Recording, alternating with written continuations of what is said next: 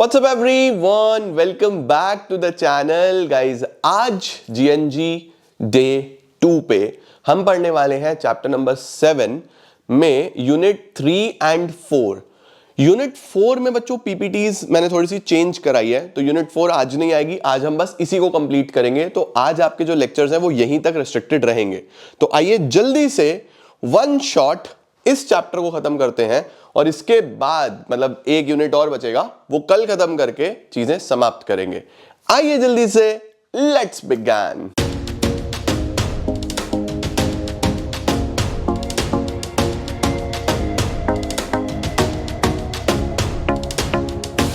आइए बेटा जी शुरू करते हैं बच्चों। जो यूनिट का नाम है वो है प्रोसेस ऑफ बजट मेकिंग।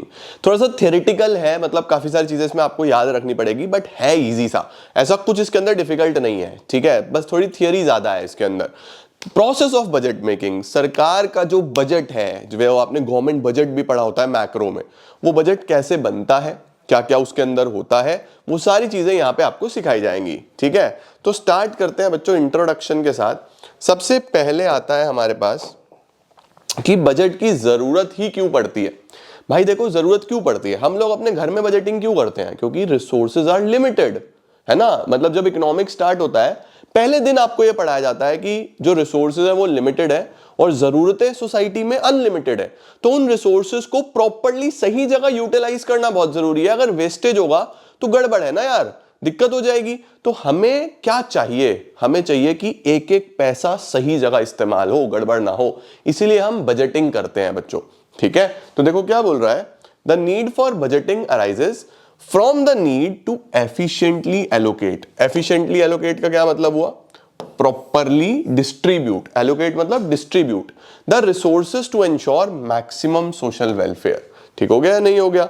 उसके बाद अगर हम प्रॉपर बजटिंग करते हैं तो सरकार रीडिस्ट्रीब्यूशन करती है इनकम एंड वेल्थ की। रीडिस्ट्रीब्यूशन का मतलब क्या है, सिंपली कि पुअर और रिच के बीच का जो गैप है उसको कम किया जाए, इनकम और वेल्थ को प्रॉपर्ली रीडिस्ट्रीब्यूट किया जाए। ये वन ऑफ द ऑब्जेक्टिव्स भी होता है गवर्नमेंट बजट का, ठीक है।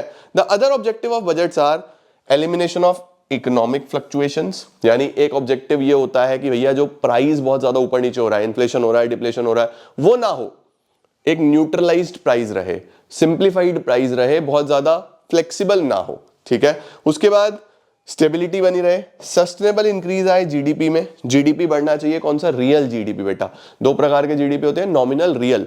रियल होता है जहां पे जीडीपी बढ़े क्वांटिटी की वजह से, प्रोडक्शन की वजह से, प्राइस की वजह से नहीं, ठीक है। तो ये कुछ बच्चों हमारे पास ऑब्जेक्टिव्स भी आए। एक और आ गया, रीजनल डिस्पैरिटीज को कम करना, जो रीजन्स में डिफरेंस है, एक रीजन बहुत आगे एक रीजन बहुत पीछे, उसको भी खत्म करना। तो ये सब उद्देश्य के साथ सरकार बजटिंग करती है, ठीक है, ओके।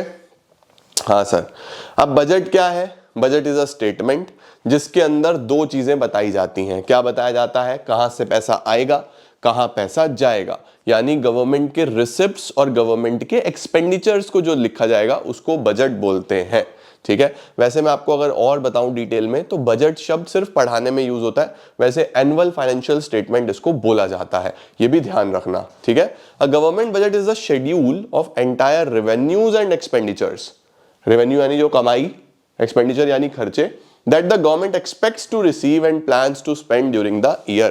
एक बात ध्यान रखेंगे बेटा, क्या भला, ये जो बजट है ये आने वाले साल का बन रहा है, ठीक है। यानी अभी फिलहाल जो बजट तैयार हो रहा होगा, बजट कब से शुरू हो जाता है, अगस्त से, जुलाई अगस्त से शुरू हो जाता है बनना। अब देखो हम दिसंबर में, तो अगला जो बजट जो 1 फेब को आएगा, अब अभी हम कहां पे हैं, आज क्या तारीख है, आज है 17 दिसंबर, है ना। फाइनेंशियल ईयर कौन सा चल रहा है, 25-26, ये अभी फाइनेंशियल ईयर चल रहा है। अब अगले साल का बजट यानी 26-27 का बजट, ये बजट 1 फेब 26 पे, ये जो 1 फेब आएगा 26 में, इसमें प्रेजेंट किया जाएगा पार्लियामेंट के अंदर, दोनों हाउसेस के सामने बताया जाएगा कि ये सरकार प्लान कर रही है कि यहां से कमाई होगी, यहां खर्चे होंगे, समझ रहे हो। तो अभी इस साल में जो बजट प्रिपेयर हो रहा है वो अगले साल का हो रहा है। और सर ये कब शुरू होगा, शुरू हो चुका भाई, जुलाई अगस्त में शुरू हो जाता है, समझे क्या, क्लियर हुआ, हाँ सर अभी समझ में आया। अच्छा जी, the budget also contains estimate of government accounts for the next fiscal year called budgeted estimates. यानी इसके अंदर सरकार के सारे एस्टिमेशंस, कहाँ कहाँ कितना खर्चा, कहाँ कहाँ से कितना रिसिप्ट, सारे खाते हैं गवर्नमेंट के, वो सब होता है। Being the document which consolidate revenue from all sources and outlay for all activity, budget is the most comprehensive report of the government finances. देखो ये भी आपसे जरूर पूछ सकता है कि गवर्नमेंट के फाइनेंस का सबसे कॉम्प्रिहेंसिव रिपोर्ट क्या है, तो वो बजट ही है। Apart from the union budget, ये तो आपको पता ही होना चाहिए, नहीं पता तो बता देता हूं। यूनियन बजट का मतलब सेंट्रल गवर्नमेंट का बजट, उसके साथ साथ स्टेट गवर्नमेंट का, उसके साथ साथ लोकल बॉडीज का अलग अलग बजट्स बनाए जाते हैं। तो apart from union budget, state and local bodies have their own budgetary processes for the next financial year. लेकिन हमारा जो मेन फोकस है, जो हमें पढ़ाया जाता है, वो यूनियन बजट ही है। यूनियन बजट यानी सेंट्रल गवर्नमेंट का बजट। अब आया बच्चों हमारे पास the process of budget making. ये बजट बनता किस तरीके से है, आओ जरा फटाफट से प्रोसेस को समझ लो। तो देखो जरा बड़े ध्यान से, सबसे पहले बोल रहा है कि सरकार का जितना भी पैसा है या जितना भी फाइनेंस का हिसाब किताब है, वो कौन संभालता है। देखो बच्चों, सरकार को चलाने के लिए या गवर्नमेंट को सही से फंक्शन करने के लिए गवर्नमेंट ने विभाग बनाए हुए, डिपार्टमेंट्स बनाए हुए, जिसको बांट दी। जैसे पढ़ाई के लिए एजुकेशन मिनिस्ट्री, रेलवे के लिए रेलवे मिनिस्ट्री, आर्मी वगैरह को ध्यान रखने के लिए, अल्टीमेटली वॉर वाली सिचुएशन को संभालने के लिए डिफेंस मिनिस्ट्री, इसी तरीके से होम मिनिस्ट्री, इसी तरीके से फॉरेन अफेयर्स है ना, एक्सटर्नल अफेयर्स के लिए। इसी तरीके से बच्चों हमारे पास फाइनेंसेस के लिए है मिनिस्ट्री ऑफ फाइनेंस, है ना। मिनिस्ट्री ऑफ फाइनेंस में क्या है, सरकार का सारा पैसे का हिसाब किताब रखा जाता है। तो देखो बोल रहा है the finance of the government of India have traditionally been controlled by the ministry of finance. ठीक है, अब बजट कौन बनाता है, मिनिस्ट्री ऑफ फाइनेंस ही हेल्प करती है बजट बनाने में। किस किस के साथ, prepared by the ministry of finance in consultation with NITI Aayog and other relevant ministers. NITI Aayog क्या है, नीति आयोग एक थिंक टैंक है, एक प्लानिंग बॉडी है। क्योंकि देखो नीति आयोग पहले क्या होता था, प्लानिंग कमीशन होता था जो सारे प्लान्स बनाता था, है ना। बाद में तो उसका नाम नीति आयोग किया गया। तो नीति आयोग जो है, national institute of transforming India, इसका क्या काम है, इसका काम है प्लानिंग करना, बताना कहां पे कितना पैसा चाहिए होगा क्या। तो मिनिस्ट्री ऑफ फाइनेंस के साथ मिलके ये बजट बनाया जाएगा। अब जो बजट है, मैंने आपको बताया कि पार्लियामेंट में पेश किया जाएगा दोनों हाउसेस के सामने, है ना। The budget must be presented and approved by both the houses. Sir कौन कौन से houses, Lok Sabha Rajya Sabha, upper house lower house, है ना। Before the beginning of the fiscal year, fiscal year से पहले। अब इसकी प्रिसाइज डेट क्या होने लगी है, 1 Feb। ठीक हो गया। Despite the fact that budget has not been used in Indian constitution. देखो मैंने तुम्हें बोला ना, बजट शब्द है ही नहीं इंडियन कॉन्स्टिट्यूशन में, एनुअल फाइनेंशियल स्टेटमेंट है। लेकिन प्रोसेस को हम बजटिंग ही बोलते हैं। इस प्रोसेस को क्या बोलते हैं, budgeting. Article 112 of the constitution provides that in respect of every financial year the president shall cause to be laid before both the houses of parliament a statement of estimated receipts and estimated expenditures of the government। उसको हम annual financial statement बोलते हैं। तो budget तो हम बोल देते हैं आम भाषा में, एक्चुअल में बजट नहीं है, एक्चुअल में तो एनुअल फाइनेंशियल स्टेटमेंट है। और कौन उसको सामने रखेगा दोनों हाउसेस के, प्रेसिडेंट। बहुत सारे लोगों को ये कंफ्यूजन होता है, या और लगता भी ऐसा ही है कि हमारी जो फाइनेंस मिनिस्टर है जी, निर्मला सीतारमण जी, वो लेके आ जाएंगी। बेटा उनको प्रेसिडेंट बोलते हैं कि आप करो, आप रखो, क्योंकि बनाया तो आप लोगों ने है, लेकिन एक्चुअल में जो काम है वो किसका है, प्रेसिडेंट का है। ठीक है, परफेक्ट। लो जल्दी से स्क्रीनशॉट। परफेक्ट सर, बढ़िया हो गया। अब देखो ये इंपॉर्टेंट है, ये आपको ध्यान रखना है। बजट के अंदर मेनली 2 प्रकार की एक्टिविटीज होती हैं। ठीक है, कौन कौन सी एक्टिविटीज होती हैं, सबसे पहला होता है administrative process. Sir administrative process का क्या मतलब है, एडमिनिस्ट्रेटिव प्रोसेस का मतलब है कि एडमिनिस्ट्रेशन कैसे होगा, किस तरीके से सारी एक्टिविटीज परफॉर्म करी जाएंगी देश के अंदर। दूसरा लेजिस्लेटिव प्रोसेस। लेजिस्लेटिव प्रोसेस का क्या मतलब होता है भाई, एडमिनिस्ट्रेटिव में तो आपने सामने रख दिया, लेजिस्लेटिव में वो सारा बजट पास कर दिया जाएगा, है ना। देखो क्या बोल रहा है, the administrative process where in the budget along with the accompanying documents are prepared in consultation with various stakeholders. तो पहले तो बजट बनाया जा रहा है, देखा जा रहा है कहां कहां कितना कितना खर्चा, कहां कहां से क्या क्या रेवेन्यू, पहले बनाया गया। इस प्रोसेस को क्या बोला, एडमिनिस्ट्रेटिव प्रोसेस। और लेजिस्लेटिव क्या है, जहां पे बजट जो है पास कर दिया जाएगा पार्लियामेंट में डिस्कशंस के बाद। ठीक है, ओके। प्रेजेंट कब होता है, 1 Feb। ये हमने बता दिया। The process of budget preparation commenced in August सितंबर। लो जी, शुरू कब हो जाता है? अगस्त सितंबर में ही बजट बनना स्टार्ट हो जाता है। The budget division of the ministry of finance, अब ये भी ध्यान रखना, मिनिस्ट्री ऑफ फाइनेंस का एक डिपार्टमेंट है जिसको बोलते हैं बजट डिवीजन, वो करता है ये काम शुरू। The budget division of the ministry of finance prepare a comprehensive schedule for carrying out the budget preparation activities. तो ये आपसे जरूर पूछ सकता है, बजट कौन बनाएगा? Ministry of finance. काम किसका है? दोनों हाउसेस के सामने रखना, प्रेसिडेंट का। मिनिस्ट्री ऑफ फाइनेंस का कौन सा डिवीजन? तो हम बोलेंगे सर बजट डिवीजन। बढ़िया, मैंने बोला ना थोड़ा सा थ्योरेटिकल है, याद करना पड़ेगा तुमको, बाकी है कुछ नहीं, आसान है। लो जी, अब हमारे पास बेटा मेन प्रोसेस आ रहा है बजट मेकिंग का। ठीक है, एक काम करते हैं, मैं पहले बोर्ड पे पूरा प्रोसेस लिख देता हूं, फिर हम यहां से पढ़ लेंगे कि ये क्या क्या लिखा हुआ है। ठीक है, चलो उधर चलते हैं। देखो सर, सबसे पहले क्या होगा बच्चों? सबसे पहले अभी मैंने क्या बताया, हमारा जो बजट डिवीजन है। सर बजट डिवीजन क्या है? बजट डिवीजन बेटा हमारा मिनिस्ट्री ऑफ फाइनेंस का ही एक पार्ट है। ठीक है, ये लोग क्या करेंगे, ये एक सर्कुलर निकालेंगे, और सर्कुलर निकाल के जिसके अंदर सारी की सारी डिटेलिंग, सारे के सारे विजन, मिशन, गवर्नमेंट जो भी करना चाहता है वो सारी की सारी चीजें, और ऑल्सो एक एक्सपेक्टेशंस कि आपको क्या एक्सपेक्टेशन है हमारे से, ये सर्कुलर भेज दिया जाएगा अलग अलग स्टेट्स को, यूनियन टेरिटरीज को, अलग अलग बॉडीज को, कि भाई ठीक है तुम लोग जो है अपना अपना इस बजट, इस सर्कुलर को पढ़ो, देखो सरकार क्या करना चाहती है, सरकार किस तरीके से काम करना चाहती है, और आप अपने सजेशंस, आप अपनी जो भी आपको चाहिए, कितना पैसा आपको चाहिए, आपकी स्टेट में किस चीज की जरूरत है, आप वो सब हमें भेजो। ठीक है, तो सबसे पहले सर्कुलर निकाला, सर्कुलर निकाल के अलग अलग स्टेट्स को, यूनियन टेरिटरीज को, अलग अलग बॉडीज को भेज दिया गया, जिनको बोला गया आप अपने बारे में बताओ कि आपको क्या चाहिए, कितना पैसा चाहिए, किस किस चीज पे काम करना चाहते हो, कहाँ कमी है, कैसे डेवलपमेंट हो इंफ्रास्ट्रक्चर का, हेल्थ का, आपके इकोनॉमिक एक्टिविटीज का, जीडीपी कैसे बढ़ाया जाए, क्या क्या आपकी स्टेट्स को जरूरत है। फिर ये लोग इस सर्कुलर का आंसर करते हैं और पूरा डिटेल्ड एक अच्छे तरीके से सब कुछ बना के भेज देते हैं, एक स्टेटमेंट जिसके अंदर सब कुछ लिखा होता है कि किस स्टेट को कितने पैसे की जरूरत है, किस स्टेट का क्या रेवेन्यू होगा, किस स्टेट का क्या खर्चा है, किस स्टेट में किस चीज की सबसे ज्यादा कमी है, कैसे ग्रोथ हो सकती है, वो सब लिखा होगा। ठीक है, अब गवर्नमेंट के पास एक आइडिया हो गया कि किस तरीके से किस स्टेट को क्या क्या चीजों की जरूरत है। फिर बजट आने से पहले एक ये लोग ना बैठ के विचार विमर्श करते हैं। बैठ के क्या करेंगे? विचार विमर्श, कि चलो बैठते हैं, एक मीटिंग हो जाती है, उस मीटिंग के अंदर डिस्कशंस हो जाते हैं। तो एक प्री बजट मीटिंग समझ लो, सिंपल शब्दों में बोल रहा हूं, टेक्निकल वर्ड्स में नहीं बोल रहा, एक प्री बजट मीटिंग हो जाएगी, यानी कि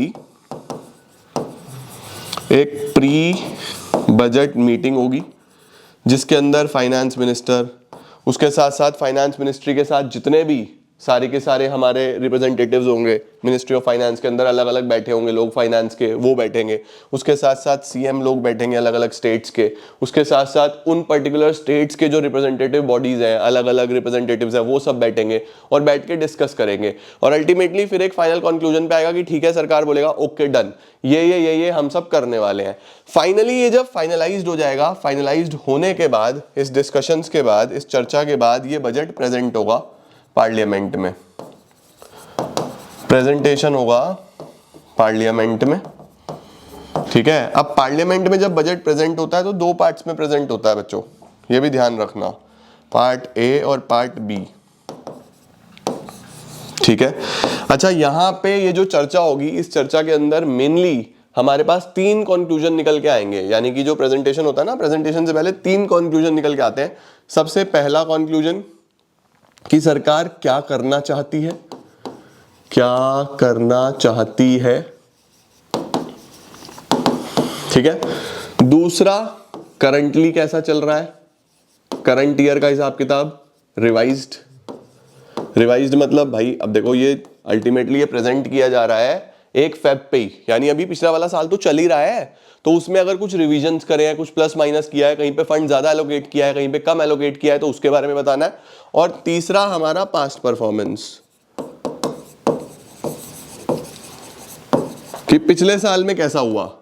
तो बोला जाता है बच्चों 2 साल का डेटा है, लेकिन होता 3 साल का डेटा है भाई। जिस साल में ये सारी प्लानिंग हो रही है, एक तो साल यही चल रहा है, इसके पीछे की भी परफॉर्मेंस बता रहे हैं और आगे क्या करना चाहते हैं वो भी बता रहे हैं। तो इन डिटेल देखा जाए तो 3 साल का काम होता है। अब तुम देखो कि एक गवर्नमेंट को कम से कम 5 साल इसीलिए दिए जाते हैं कि ठीक है वो अपने हिसाब से चीजें कर पाए, राइट। फिर ये फाइनलाइज्ड प्रेजेंटेशन होती है पार्लियामेंट में, जिसमें 2 सेक्शंस होते हैं, 2 पार्ट होते हैं। एक तो सबसे पहले देश की मैक्रो इकोनॉमिक सिचुएशंस को समझाया जाता है कि ये मैक्रो इकोनॉमिक सिचुएशंस हैं और इस पे इस तरीके से टैकल किया जाएगा। पार्ट ए में ये होता है। पार्ट बी में परफॉर्मेंस बताती है गवर्नमेंट अपनी कि किस तरीके से हमने काम करा है, किस तरीके से कहाँ कहाँ ग्रोथ हुई है, कहाँ कहाँ हमने पैसा एलोकेट करा है, ये सब पार्ट बी में बताया जाता है। तो ये बच्चों एक पूरा प्रोसेस है जो बजट का होता है। लो जी, ये एक पूरा प्रोसेस है जो बजट का होता है। अब इसको जो है अंग्रेजी में लिख दिया गया है ना। आओ जरा अंग्रेजी में हम भी पढ़ लें, हम भी थोड़े अंग्रेज बन जाएं। क्या लिखा हुआ है देखो, बोल रहा है the process of budget making is set of with the budget division. Budget division सबसे पहले क्या करेगी, इशूइंग द बजट सर्कुलर। मैंने आपको बोला ना बेटा, सबसे पहले क्या होगा, सबसे पहले बजट सर्कुलर जो है जिसके अंदर सारी डिटेल्ड इंस्ट्रक्शंस होंगे, फॉर्मेट्स होगा कि किस तरीके से एस्टिमेट्स बनाने हैं, ये भेजे जाएंगे। किसको भेजेंगे, मिनिस्टर्स को, स्टेट्स को, यूनियन टेरिटरीज को, ऑटोनॉमस बॉडीज को, सबको भेज दिया जाएगा। उसके बाद वो लोग इस फॉर्मेट में, इस प्रिस्क्राइब्ड फॉर्मेट में सब कुछ बना के भेजेंगे।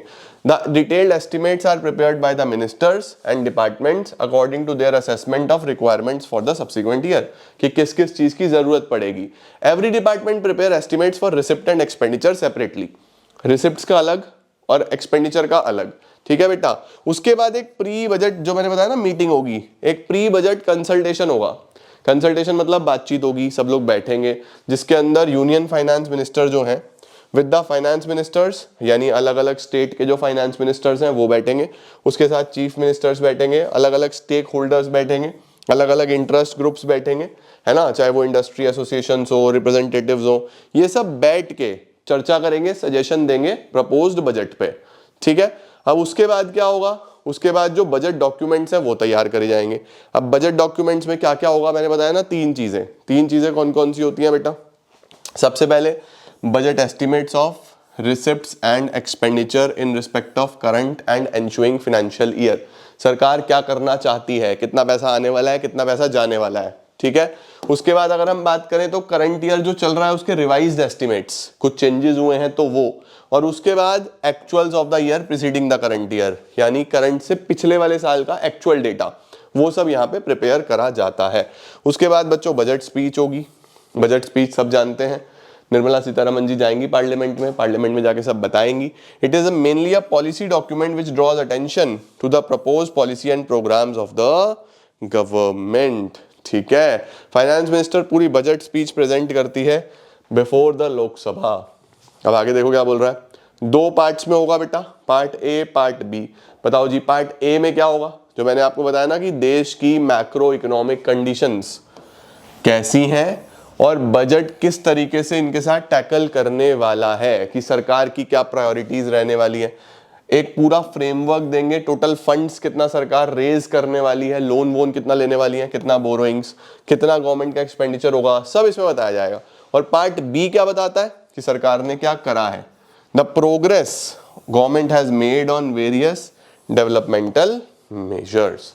अभी नॉलेज बढ़ गई बजट पे लेके काफी सारी, है ना। सर इतना तो हमने गवर्नमेंट बजट 12th में भी नहीं पढ़ा था बेटा, तभी तो वो 12th था, ये सीए फाउंडेशन है, यहाँ चीजें बदल जाएंगी। इन चीजों को तुम इंटर में और डिटेल में पढ़ोगे, मजा आ जाएगा तुम्हें, ठीक है। तुम फर्दर इसको बजट को ना टैक्स में भी पढ़ोगे, इसमें भी आता है अभी सीबीटी और सीबीआईसी, यानी हमारे पास जो डायरेक्ट टैक्सेस और इनडायरेक्ट टैक्सेस की अकाउंटिंग है ना, उसके अंदर भी बजट का बहुत कुछ रोल होता है बेटा।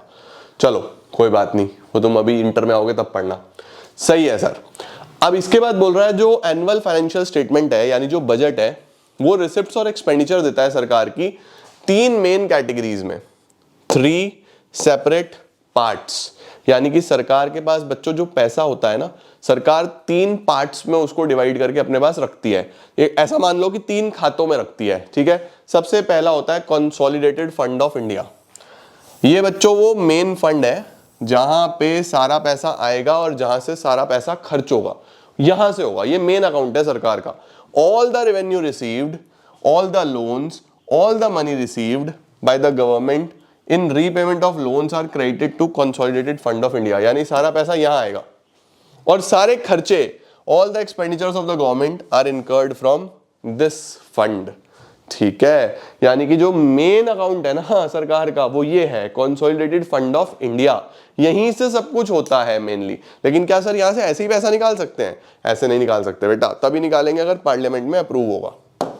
ठीक है, ओके, हाँ सर, तो पहला तो ये हो गया consolidated fund of India.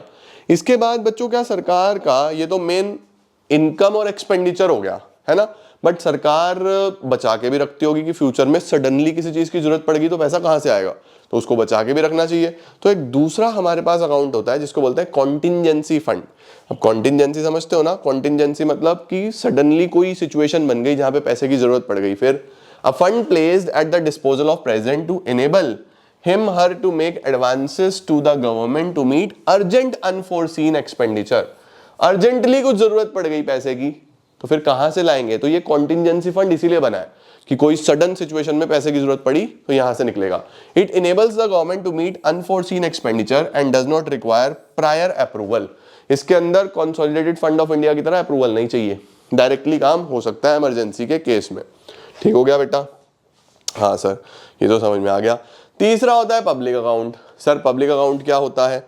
Public account होता है बच्चों जहां पे मेनली छोटे छोटे लोगों के जो सेविंग्स होती हैं, जैसे प्रोविडेंट फंड होता है, स्मॉल सेविंग्स होती हैं, वो पैसा रखा जाता है। ठीक है ना, जैसे कोई इंप्लॉइज होते हैं, आपको प्रोविडेंट फंड का मतलब वैसे पता होगा लेकिन फिर भी बता देता हूं, जैसे जॉब वाले लोग होते हैं तो उनकी सैलरी में से कुछ हिस्सा for future savings provident fund में डाला जाता है। ठीक है, अब जो प्रोविडेंट फंड होता है वो कैसे डाला जाता है कि भाई मेरी सैलरी 20,000 रुपए है, सपोज 2,000 रुपए प्रोविडेंट फंड में मैंने डाले मेरी सैलरी में से कट के, 2,000 मेरा ऑर्गेनाइजेशन डालेगा, यानी कि ऑर्गेनाइजेशन भी कुछ पैसा पीएफ में डालेगा और एम्प्लॉय की सैलरी में से भी कुछ कटेगा, और जब भी वो रिटायर होगा 10-15 साल बाद तो उसको पैसा मिल जाएगा। अब वो पैसा कहाँ रखा हुआ है? प्रोविडेंट फंड एक गवर्नमेंट का अकाउंट में रखा जाता है सारा का सारा, तो सरकार के पास तो एक पैसा आ गया ये भी यूज करने के लिए, है ना। गवर्नमेंट इस पे बहुत अच्छा इंटरेस्ट भी देती है, इसीलिए तो पीएफ बहुत ज्यादा बढ़ के मिलता है, लेकिन गवर्नमेंट के पास तो एक पैसा आ गया ना। तो इस तरीके का पीएफ का पैसा, छोटी मोटी सेविंग का पैसा, वो सब कहाँ आता है? पब्लिक अकाउंट में। यानी ये बेसिकली जनता का पैसा है, ये सरकार का पैसा नहीं है, ये जनता का पैसा है जो जनता को वापस भी देना है। तो देखो क्या बोल रहा है, under provision of article 266 of the constitution of India, public account is used in relation to all the fund flows where government is acting as a banker. जहां पे सरकार सिर्फ बैंकर का काम कर रही है, पैसा आ रहा है बट वो कभी भी निकाला जा सकता है। एग्जाम्पल्स में प्रोविडेंट फंड हो गए, स्मॉल सेविंग्स हो गए। This money does not belong to the government, ये सरकार का पैसा नहीं है, ये वापस करना है, लेकिन हम यूज जरूर कर सकते हैं कुछ टाइम के लिए, राइट? परफेक्ट। तो 3 सरकार के खाते हो गए, पब्लिक अकाउंट, उसके साथ साथ कॉन्टिजेंसी फंड ऑफ इंडिया, और उसके साथ जो सबसे इंपॉर्टेंट है वो है consolidated fund of India. Approval इसमें चाहिए पार्लियामेंट से, बाकी दोनों में नहीं चाहिए। ठीक है, यहां पे भी नहीं चाहिए और यहां पे भी नहीं चाहिए। The expenditure need not to be approved by the parliament. बढ़िया सर। उसके बाद कौन कौन से बजट डॉक्यूमेंट्स होते हैं बेटा जो प्रेजेंट करे जाते हैं, ये आपको पता होने चाहिए, ये इंपॉर्टेंट है डॉक्यूमेंट, ये याद करने हैं आपको। ठीक है, ये लर्न, ये लिस्ट ऑफ डॉक्यूमेंट्स इंपॉर्टेंट है, याद होने चाहिए, ये सावधान इंडिया सवाल है। सर कौन कौन से डॉक्यूमेंट्स हैं? एनुअल फाइनेंशियल स्टेटमेंट, बजट ही हो गया तुम्हारा मेनली। डिमांड्स फॉर ग्रांट्स, कि कौन कौन सी अलग अलग स्टेट ने ग्रांट्स की डिमांड करी है कि हमें पैसे चाहिए। ठीक है, फाइनेंस बिल, ओके। इसके साथ statements mandated under FRBM act. Sir FRBM act में क्या क्या चीजें हैं? देखो एफआरबीएम एक्ट में बेटा 2 मेन स्टेटमेंट्स हैं। पहला मैक्रो इकोनॉमिक फ्रेमवर्क, कि किस तरीके से हम मैक्रो इकोनॉमिक पॉलिसीज को सॉल्व करने वाले हैं, चाहे वो अनएम्प्लॉयमेंट का प्रॉब्लम हो, चाहे वो पॉवर्टी का प्रॉब्लम हो, चाहे वो जीडीपी में इंक्रीज डिक्रीज का प्रॉब्लम हो। तो मैक्रो इकोनॉमिक लेवल पे जो बड़ी प्रॉब्लम्स हैं उनको कैसे कहाँ सॉल्व करने वाले हैं। मीडियम टर्म फिस्कल पॉलिसी, कम फिस्कल पॉलिसी स्ट्रैटेजी स्टेटमेंट, जो हम मीडियम टर्म की सरकार की पॉलिसीज हैं, नीतिज हैं, उसके बारे में इसमें लिखा जाता है। इसके साथ साथ बेटा 9 अदर डॉक्यूमेंट्स होते हैं जो प्रेजेंट करे जाते हैं, लेकिन मेनली 4 तो आपको याद रखने हैं। ठीक है, ये 4 तो बढ़िया तरीके से याद रखो। ओके सर, लो जी, अब मुझे बताओ जरा, जो खर्चे होंगे सरकार के वो कहां से पैसा खर्च होगा? सबसे पहले वाले खाते में से, consolidated fund of India. The expenditure charge on consolidated fund of India. ठीक है, the expenditures on certain categories like कैसे कैसे खर्चे होते हैं बेटा? देखो बोल रहा है हमारे पास the emoluments and allowances of the president of India and his her office. तो सबसे पहले तो जो प्रेसिडेंट ऑफ इंडिया के खर्चे, मेनली उनके ऑफिस के खर्चे वो हैं। एमोल्यूमेंट्स ऑफ जजेस of supreme court and high ranking personal of constitution bodies across India are not subject to vote of parliament and are also indicated separately in the budget। इसका मतलब क्या है कि हमारे पास कुछ कैटेगरीज हैं, जैसे कि प्रेसिडेंट पे खर्चे या सुप्रीम कोर्ट के जजेस पे खर्चे, ये सारी चीजें वोटिंग से नहीं डिसाइड होती, इसको तो बजट में सेपरेटली प्रेजेंट किया जाता है। ठीक है, bye convention in an election year the budget में प्रेजेंट ट्वाइस, यानी बजट 2 बार भी प्रेजेंट किया जाता है जब इलेक्शन ईयर होता है। ये भी आपको पता होना चाहिए बच्चों। इलेक्शन ईयर में क्या होता है, सरकार पहले इंटरिम बजट देती है, क्योंकि पता नहीं ना भाई जीतेंगे या नहीं जीतेंगे। पता लगे सरकार ने पूरे साल का बजट दे दिया और सरकार आई ही नहीं तो गड़बड़ हो जाएगी, तो उस साल में पहले इंटरिम बजट दिया जाता है, फिर सरकार बनेगी तो दोबारा बजट देगी। ठीक है, the first one is the first to secure a vote on account for a few months, this is followed by annual financial statement. तो यहाँ पे लिखा नहीं हुआ, लेकिन पहले वाला इंटरिम बजट होता है, फिर एक full fledged annual financial statement होता है। बढ़िया सर, ओके सर। अब स्टेजेस, बजट किस तरीके से डिस्कस किया जाता है ना, देखो जरा क्या बोल रहा है। सबसे पहले बोल रहा है there is a general discussion of budget as a whole. सबसे पहले तो बजट लोकसभा में 2 स्टेजेस में पास किया जाएगा, प्रेजेंट किया जाएगा, डिस्कस किया जाएगा। कैसे? सबसे पहले तो एक जनरल डिस्कशन होगा बजट पे सब कुछ, ठीक है, ये सबसे पहली स्टेज है। Okay, after the first stage of general discussion on the unit budget is over, the house is adjourned for a fixed period. House को एडजर्न कर दिया जाता है कि ठीक है डिस्कशन हो गया, अब आप इस चीज को समझ लो, एक बार देख लो, चर्चा कर लो। During this period the demand for grants of various ministries departments are considered by the standing committees, and once the reports are presented within the stipulated time, the house proceeds to discussion and conduct ministry wise voting on demand for grants।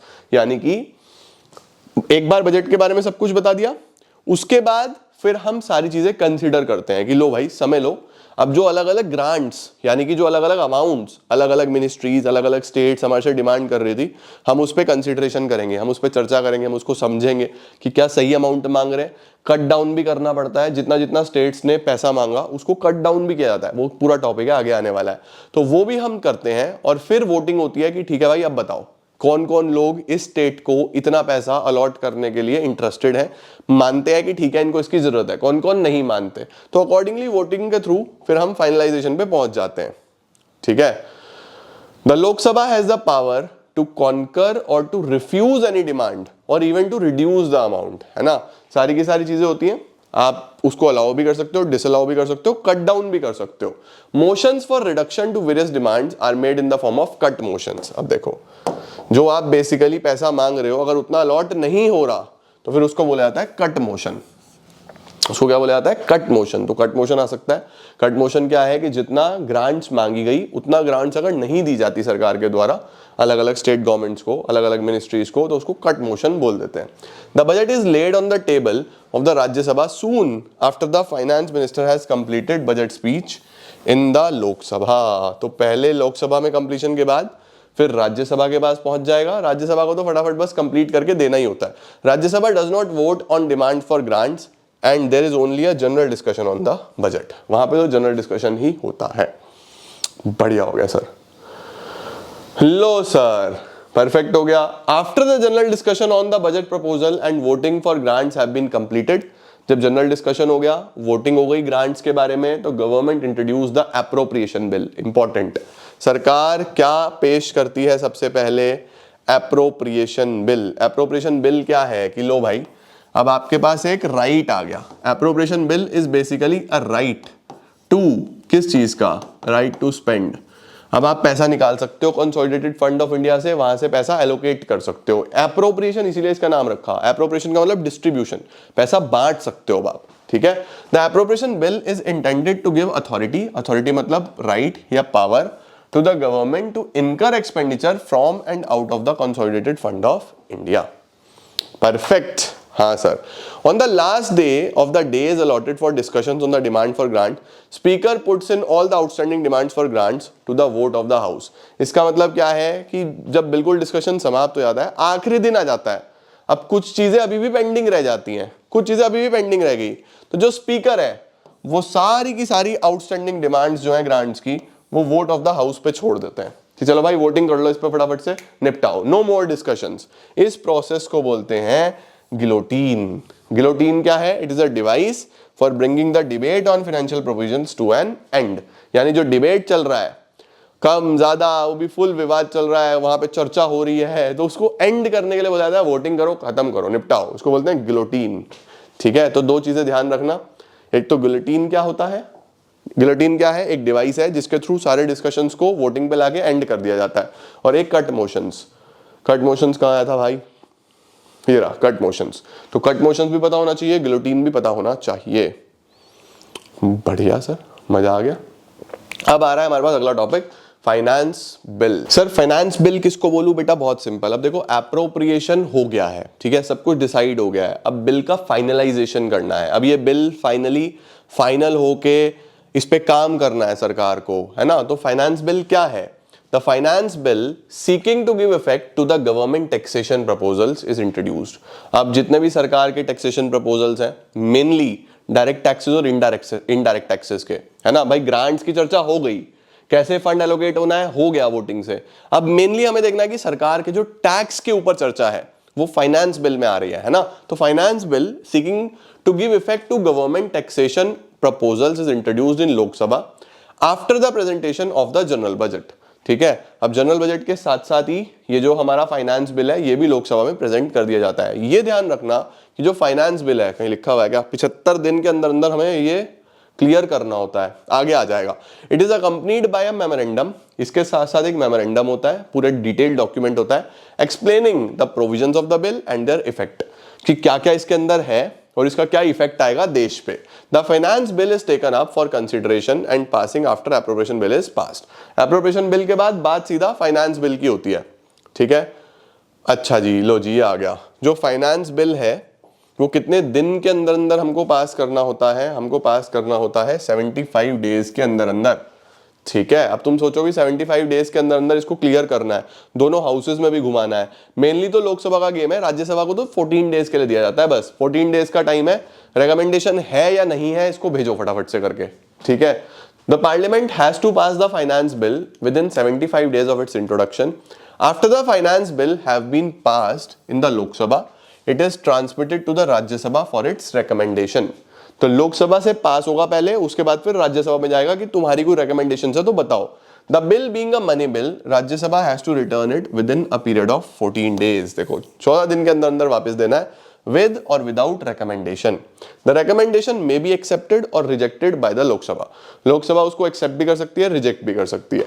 However the date of presentation of budget, अब budget का जो date है वो 1 Feb बता दिया गया है, बस बाकी तो कुछ नहीं है। एक छोटा सा रिफॉर्म और दिया हुआ है जो हमारे पास 17-18 में आया। पहले रेलवे बजट और जनरल बजट अलग अलग दिया जाता था, अब एक साथ ही दे दिया जाता है, मर्ज कर दिया गया है। अब बच्चों आसान आसान से टॉपिक है, जैसे नंबर 1 सोर्स ऑफ रेवेन्यू। भाई सरकार के पास जो पैसा आ रहा है वो कहां कहां से आ रहा है, ये बेसिकली डिपार्टमेंट ऑफ रेवेन्यू देखता है इसको। ठीक है, अब सरकार के पास जो पैसा आ रहा है मेनली वो कहां से आ रहा है बताओ जरा। सर सरकार के पास जो पैसा आ रहा है मेनली वो 2 सोर्सेस से आ रहा है, टैक्स एंड नॉन टैक्स। एक तो होता है टैक्स रिसिप्ट्स, एक होती है नॉन टैक्स रिसिप्ट्स, है ना। सर टैक्स और नॉन टैक्स में फर्क क्या है? लो मैं तुम्हें सबसे पहले एक छोटी सी चीज बता देता हूं। यहाँ पे जो हमारा गवर्नमेंट का बजट होता है उसके अंदर मेनली 2 चीजें हैं। 2 चीजें कौन कौन सी हैं? सरकार की रिसिप्ट्स और सरकार के एक्सपेंडिचर। ठीक है, अब सरकार की जो रिसिप्ट्स हैं वो 2 पार्ट्स में डिवाइडेड है, एक्सपेंडिचर भी 2 पार्ट्स में डिवाइडेड है। ठीक है, रिसिप्ट्स हमारे पास कौन कौन सी हैं? रेवेन्यू और कैपिटल। ऐसे ही एक्सपेंडिचर भी कौन कौन से हैं? रेवेन्यू और कैपिटल। अब जनरल सेंस में ध्यान से समझना, हमारे पास बच्चों जो रिसिप्ट होती है, कोई भी रिसिप्ट गवर्नमेंट के पास कभी भी कोई भी रिसिप्ट होगी तो उसके पीछे एक नेचर छिपा होता है। क्या छिपा होता है भाई? अगर पैसा आ रहा है तो या तो लायबिलिटी बढ़ रही है या एसेट कम हो रहा है, ये एक जनरल नेचर होता है रिसिप्ट का क्या जनरल नेचर है कि भाई या तो लाइबिलिटी बढ़ रही है या एसेट कम हो रहा है। एक्सपेंडिचर का भी एक जनरल नेचर होता है, वो क्या होता है, या तो एसेट बढ़ रहा है या लाइबिलिटी कम हो रही है। जनरल नेचर एक्सपेंडिचर का ये होता है, ठीक है। अब रेवेन्यू रिसिप्ट में क्या होगा, नीदर नॉर, नीदर नॉर, ना तो लाइबिलिटी बढ़ेगी ना एसेट कम होगा। कैपिटल में क्या होगा, ईदर और, या तो लाइबिलिटी बढ़ेगी या एसेट कम हो जाएगा। ये हमारा कैपिटल रिसिप्ट्स में होता है। बात करें अगर एक्सपेंडिचर्स की, अगर बात करें एक्सपेंडिचर की बच्चों, तो रेवेन्यू में फिर से नीदर नॉर, नीदर नॉर, ना तो एसेट बनेगा ना लाइबिलिटी कम होगी। कैपिटल में ईदर और, या तो एसेट बनेगा या लाइबिलिटी कम होगी, ठीक है। ये मेन चीज है। देखो अब सबसे पहले अगर रिसिप्ट की बात करूं तो सरकार के पास अगर कोई पैसा आ रहा है और उसमें ना लाइबिलिटी बन रही ना एसेट कम हो रहा, तो उसको हम रेवेन्यू रिसिप्ट्स बोलेंगे। इसके अंदर मेनली सरकार के सारे टैक्सेस आ जाते हैं। भाई सरकार को आप टैक्स देते हो, सरकार के लिए एक रिसिप्ट है। अब ना उससे सरकार का एसेट कम होता, ना सरकार की कोई लाइबिलिटी है, पैसा मिल रहा है, तो सारे टैक्सेस आ जाते हैं। उसके बाद इसके अंदर कुछ नॉन टैक्स चीजें भी आ जाती हैं, जैसे सरकार के लिए अलग अलग फीस, गवर्नमेंट के लिए अलग अलग प्रकार के फाइन्स जो जनता पे करती है, पेनल्टीज। इसके साथ साथ अदर सोर्सेज भी गवर्नमेंट के पास बहुत सारे हैं, जो गवर्नमेंट को पैसा मिल रहा है बट ना एसेट कम हो रहा ना लाइबिलिटी बढ़ रही। तो ये सब रेवेन्यू रिसिप्ट्स हैं। कैपिटल रिसिप्ट्स क्या क्या हो सकती है बेटा, या तो लाइबिलिटी बढ़ेगी या एसेट कम होगा। सर अब एसेट कम कैसे हो सकता है, भाई गवर्नमेंट पर्टिकुलरली कोई सरकार की इन्वेस्टमेंट्स हैं उनको बेच दे, डिसइन्वेस्टमेंट। अगर सरकार ने अपनी इन्वेस्टमेंट बेच दी पब्लिक सेक्टर अंडरटेकिंग्स में से, तो एसेट कम हो गया ना, पैसा आ गया। इसी के साथ साथ हो सकता है कि गवर्नमेंट ने कोई लोन दिया हुआ है वो रिकवर कर लिया, रिकवरी ऑफ लोन, या फिर कर्जा ले लिया, बोरोइंग्स। बोरोइंग्स देखो लाइबिलिटी बढ़ जाती है ना। ये सब कैपिटल रिसिप्ट्स हो सकती हैं बच्चों, समझे। तो रिसिप्ट्स में हमारे पास रेवेन्यू रिसिप्ट्स भी हो सकती हैं, कैपिटल रिसिप्ट्स भी हो सकती हैं। एक्सपेंडिचर की बात करें तो ऐसे ही वो खर्चे जिससे ना तो एसेट बन रहा ना लाइबिलिटी कम हो रही, जैसे गवर्नमेंट की जो सरकार बेसिकली अपने एम्प्लॉइज को सैलरी देगा, गवर्नमेंट ऑफिसेस का रिपेयर मेंटेनेंस, रिपेयर मेंटेनेंस। अगर कोई लोन लिया हुआ है बेसिकली उस पर कोई ब्याज देना है, वो गवर्नमेंट का एक रेगुलर खर्चा हो जाता है, क्योंकि उससे कोई लाइबिलिटी कम नहीं हो रही, एसेट कोई बढ़ नहीं रहा, राइट। इसी तरीके से कैपिटल एक्सपेंडिचर कौन कौन से हैं, भाई कोई एसेट खरीद लिया, परचेज ऑफ एसेट, या फिर रीपेमेंट ऑफ लाइबिलिटीज, हमने लाइबिलिटीज का पेमेंट कर दिया, लोन्स का पेमेंट कर दिया, ये सब कैपिटल एक्सपेंडिचर्स हैं बेटा, ठीक है। तो ये पूरा का पूरा चार्ट तुम्हारे काम आएगा अभी गवर्नमेंट के रिसिप्ट्स और गवर्नमेंट के एक्सपेंडिचर्स को समझने में। इसका स्क्रीनशॉट ले लो। डन, हाँ सर, बढ़िया, मस्त। देखो, the department of revenue exercise control in respect of revenue relating matters, ठीक है। अब डिपार्टमेंट ऑफ रेवेन्यू में हमारे पास बच्चों दो बोर्ड्स हैं, जो मैंने तुम्हें अभी थोड़ी देर पहले भी बताया था। सबसे पहले the central board of direct taxes, CBDT, ये याद रखना है। जितना भी इनकम टैक्स से रिलेटेड चीजें हैं, वेल्थ टैक्स से रिलेटेड चीजें हैं, डायरेक्ट टैक्स से रिलेटेड, वो सब CBDT देखता है। और दूसरा है CBIC, the central board of indirect taxes and customs, GST से रिलेटेड चीजें, कस्टम से रिलेटेड चीजें, सब ये देखता है। Matters relating to collection of GST, customs, excise duties, service tax, ये सब बेटा इधर आ जाता है, ठीक है। तो ये याद रखना, CBDT, CBIC। अब गवर्नमेंट की जो रिसिप्ट्स हैं वो दो हैं, रेवेन्यू रिसिप्ट्स जिसमें टैक्स और नॉन टैक्स रेवेन्यू है, कैपिटल रिसिप्ट्स जिसमें डेट रिसिप्ट्स यानी borrowings, and non debt receipts जिसके अंदर आपकी लाइबिलिटी नहीं बढ़ेगी, एसेट कम होगा, वो आ जाएंगे, ठीक है। अब लो जी, जो मेन सोर्स ऑफ रेवेन्यू है सरकार के लिए वो कौन कौन से हैं बेटा, corporate tax, income tax, wealth tax, custom duty, ये सब टैक्स वाले आ गए, ठीक है, हाँ सर। उसके बाद जो सरकार के दूसरे government revenues and capital receipts, अच्छा जी, नॉन टैक्स रेवेन्यूज में क्या क्या आ जाता है। नॉन टैक्स रेवेन्यू में हमने बताया ना कि कोई इंटरेस्ट मिल सकता है, कोई इंटरेस्ट आ रहा है, डिविडेंड आ रहा है, प्रॉफिट आ रहा है सरकार का किसी सरकारी ऑर्गेनाइजेशन से, है ना।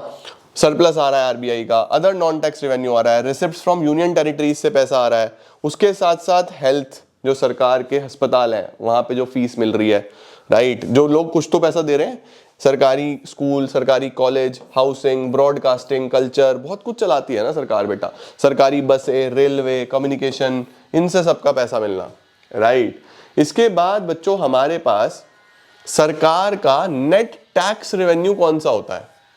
सरकार का नेट टैक्स रेवेन्यू, ये मैं तुम्हें बताता हूं कैसे होता है। नेट टैक्स रेवेन्यू सरकार का कैसे निकलता है, ये सेंट्रल गवर्नमेंट की बात हो रही है, ठीक है।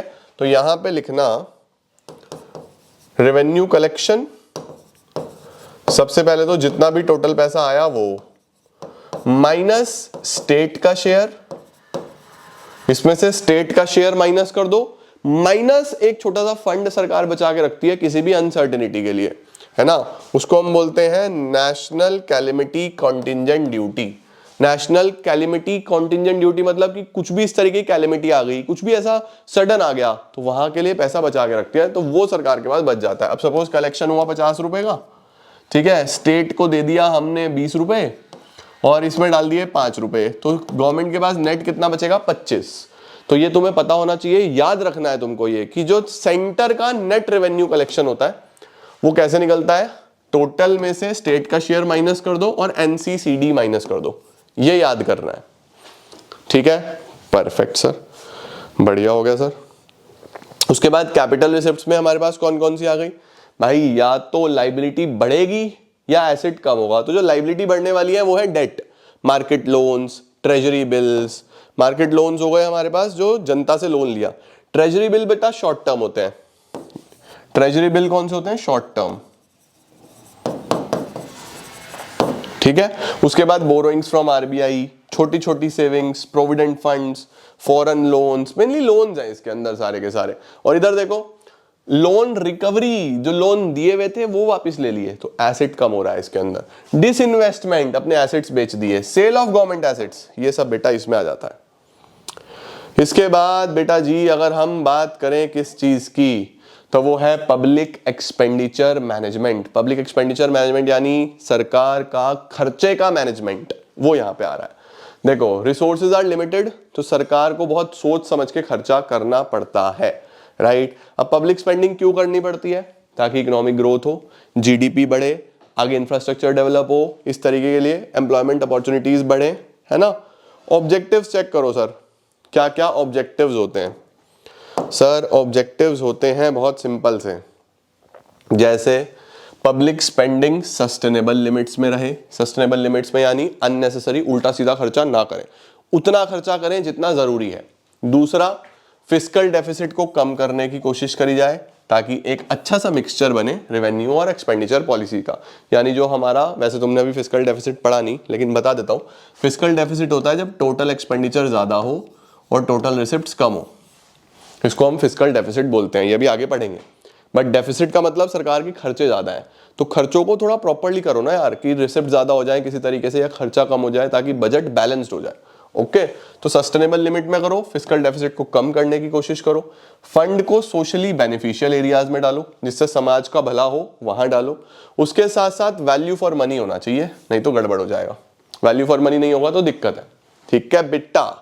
अगर सर उल्टा सीधा खर्चा करेंगे फिर क्या होगा? देखो भाई, उल्टा सीधा खर्चा अगर करेंगे तो फिस्कल डेफिसिट बढ़ेगा, ये वाली बात, फिस्कल डेफिसिट बढ़ेगा, गलत हो जाएगा ये, टैक्स का बर्डन बढ़ेगा।